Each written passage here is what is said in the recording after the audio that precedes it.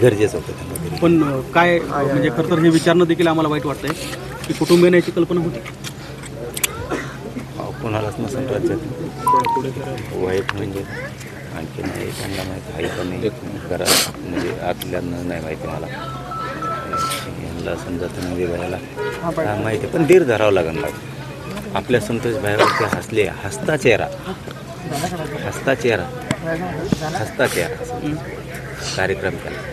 हसत्या चेहऱ्याचा कार्यक्रम केला. जाणून बुजून काहीच नव्हतं केलेलं त्यांनी. तरी पण त्यांना हसता चेहरा पुन्हा हसता नाही दिसला. त्यांना संतोषबाई स्वप्न पूर्ण करावं लागलं.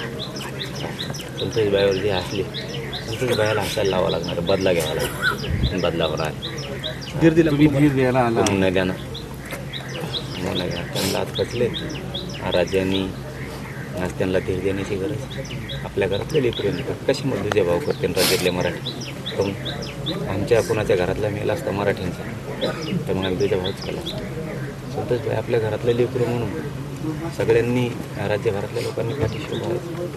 सगळ्याच जातीच्यांनी राहायचं त्यांच्या पाठीशी संतोषबाईच्या कुटुंबाच्या पाठीशी. आणि आपलं लेकरू म्हणून समजा आपल्या घरातलं लेकरू जर असं मारलं किती राग येतो असं किती चिडी येते. ती चिडी तर पुढं कट्टर मराठी असली पाहिजे. कडवडवाना मराठ्यांना असलवाना जरा पाहणीसुद्धा तांबर देऊ नका. सगळे सारखेच आराम नाही घेतलं तर बघू पुढचं बघू. आता बदला होणार आहे. तुम्ही धीर देण्यासाठी आलात पण रात्रभर तुम्ही पण झोपला नाही. आता तुम्ही परत चाललेत का इथंच थांबणार आहेत काय म्हणजे थोडी अंगात आग व्हायची माझ्या. या कुटुंबाची परवानगी घेऊन हॉस्पिटलला ॲडमिटला पुन्हा जागेवर चालू. मी तसं चालू मला रात्रभर झोप नाही आली की मी असे फोटो उभे आहेत जिंदगीत नाही बघ. पण तुमच्या डोळ्यात आम्ही कधी अश्रू बघितले नाही. मी लय कठोर दादा शब्द सांगतो. मी लय कठोर लय कठीण काळजी जाऊ पण वाईट नाही. अनुभव तुम्ही दिवस बघायला लावू नको. हां तुला लय अवघड होईल. मुख्यमंत्र्यांना फडणवीस साहेबांना आणि अजितदादांना मी कालही सांगितलं मी कधी मागणी केली याला लात मारून बाहेर करून 302 टाक. आणि हे 2-3 महिन्याचाच नाटक सांगू आता.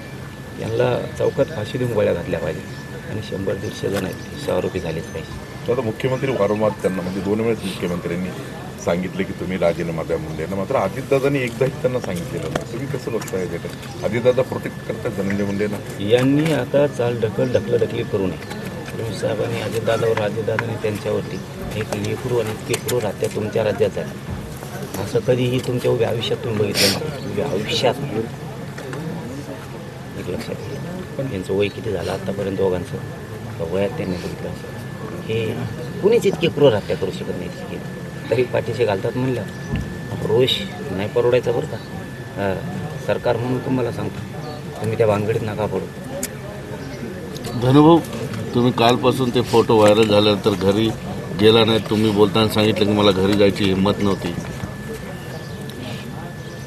मी नाही बोलू शकत काय. घरच्यांची भेट झाली त्यांना माहीत आहे का फोटोचं वगैरे काही?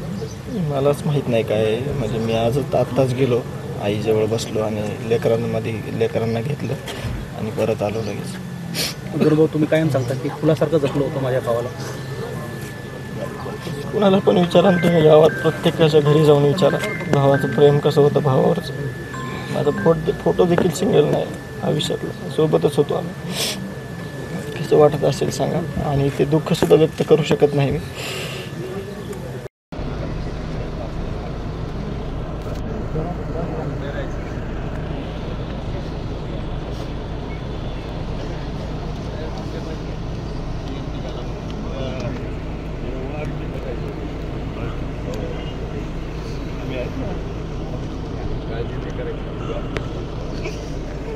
माझ्या भावाला वाटलं पाहिजे की पूर्ण येऊन दिलं बसून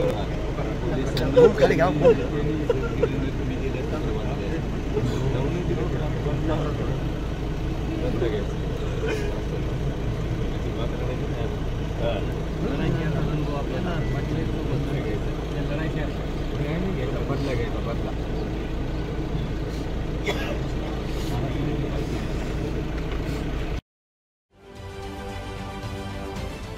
महाराष्ट्रातील सर्व बातम्यांचे विश्वासार्ह व्यासपीठ सकाळच्या सर्व सोशल मीडिया प्लॅटफॉर्मला लाईक, फॉलो आणि सबस्क्राईब करा.